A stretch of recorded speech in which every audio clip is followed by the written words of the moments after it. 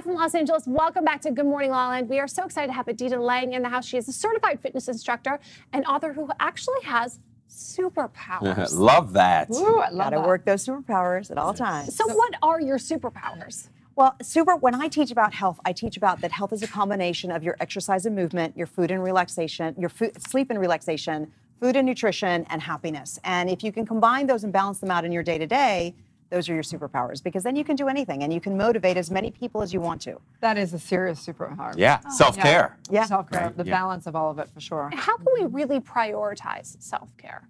You know, I think first off is that we have to realize that self-care is not selfish. Those are two different things. And I think that a lot of people, and especially women, we tend to take care of everybody under the sun and we forget to take care of ourselves. I know that with my kids, many times I've been in the car where they have snacks and I have no food and I'm starving. And so these are things that we have to realize that we need to take care of ourselves first. And when we do that, we are just so much happier. I've been in the midst of chaos with my work and my kids, and it's homework time.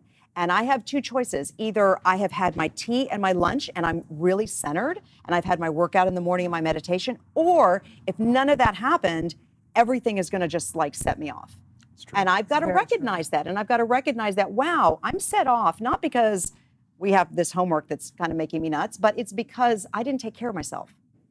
And so by taking care of myself, I realize that, hey, I'm a stronger person that way, and I can then share with them. So how do you shut off or turn off or not listen to the excuses one would make for not taking care of themselves? I was too busy, I was traveling, I had to work. There's all these things. I couldn't take care of myself. We have to realize that that stuff is in our head. I actually, 2 days ago, I was with a client of mine, and she's having a really hard time with her weight. She's a fairly new client, and she says to me, oh, but you know, I can't. I get to the point where I'm so stressed out at work that then I just need to eat something sweet. And I looked at her and I said, but realize that that's in your head. That nothing's going to happen to you. If you didn't eat something sweet, if I tied your hands down, are you going to pass out or fall or anything or die? No, it's in your head. Yeah. And so she's now looking at it going, wait a minute. And I looked at her too and I said, realize at the same time too, you're allowing your work to make you eat bad foods that then is hampering your health. Yeah, that doesn't make sense either. Also, I think it's interesting. I remember years back learning that you can over-exercise. And you know, sometimes people just think, oh, I'm just going to push myself to it. And it's not necessarily what's healthy. I mean, working out is, of course, very good, but there's a time when people work out too much, or they work out when they're tired, which hurts their adrenals, which hurts all. So what is that balance for people? How do you know when too much is enough, or what's that? Well, you know, interestingly enough, the American College of Sports Medicine came out not that long ago and said, look, we need between 150 and 300 minutes of activity per week. And that activity is anything that increases our heart rate and makes us sweat. So on that note, house cleaning is activity. Doing gardening is activity. And we need to start recognizing that if we can just incorporate more movement throughout our day, we don't have to feel like we've got to go to the gym for 3 hours and, you know, work at a certain intensity, that we're doing it throughout our day and we're keeping our metabolism spurred on. Yes. You know, I've been known to walk into my building holding, you know, bunches of groceries in my arms, and this sweet little old guy, he sees me every time and he says, can I help you? You know, he's being the gentleman. And I'm like, no, this is part of my workout. I want to do the thing, you know? And so this is stuff we've got to do. The more activity we can incorporate throughout our day, the less regimented our workouts have to be, because our body is going to be healthy that way. Absolutely. Yeah. How'd you come around to prioritizing self-care? Was there something that happened in your life that made you decide this was important? You know what? I've been in health and fitness for over 30 years. And granted, the first part of my career, I was single, footloose, and fancy-free. And then I got married and had these 2 amazing children. And with that, that's where I recognized it, because all of a sudden I was like, I don't feel well. And I don't feel energized. I don't feel happy. And I don't feel giggly. And like, what is going on with me? I call it the fog. The fog set in. And then that's when I realized, wait a minute, I haven't been taking care of myself. I'm taking care of the other 3 people in the house. And so that's really where it all started, because I'm like, no, I call it the happy high. And I like when I have that happy high throughout the day. Yes. It's that energized thing that's right in the middle of you. Right. And I like having that. So I needed to bring that back. And that's when I started playing around with everything. Just fantastic. And I think a lot of people struggle too with the idea that adding self-care or a self-care routine to their lives is like adding items to their to-do list.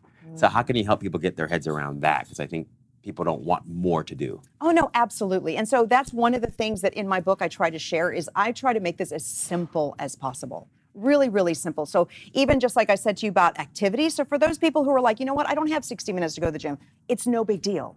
then just do small bits of activity throughout your day. Walk further to your car. Silly things like that actually help us. The same thing when it comes to food. So food can energize us or food can deplete us. So sugar, flour, dairy, and alcohol, they all break down as a sugar.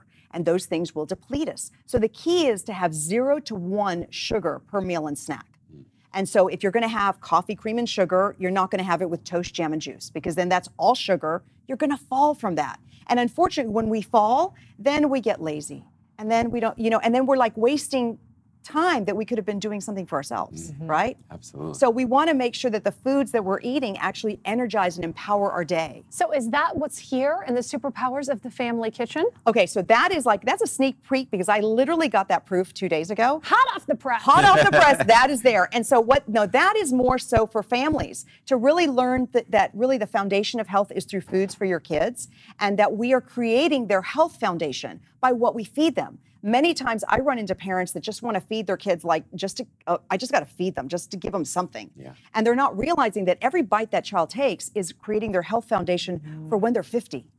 And it sounds really bizarre when you look at it that way, but it's the truth. Yeah. I love that you talk about health as being more than just the food or just the workout, because I think that as a culture we need to get, we need love. We need human touch. Yeah. We need sleep. We need the things as just as if not more important than the workout, or, of course, the good food is really important, but, it's the whole thing. No, absolutely. And so, like when we were talking about easy things, so when it comes to sleep, you should be waking up ready to get up. But if you're waking up going, oh my God, somebody pull me off the bed and let me hit the snooze button 12 times, that means you're not getting good quality sleep. And so that's something that we need to do. And it's something as simple as making sure that our room is pitch dark. And every LED light, it sounds crazy, but every LED light needs to be covered up. Because when you're asleep and your eyes hit that light, even though your eyes are shut, that light still penetrates through your eyelid and you start to wake up, not fully, but enough to disrupt your sleep. So we would need to do the small things that we can do to make sleeping better.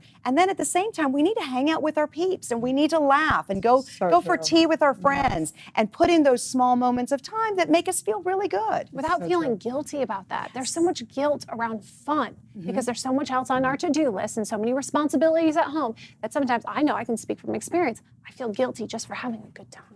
No, but we can't do that because that having a good time, again, it creates that happy high.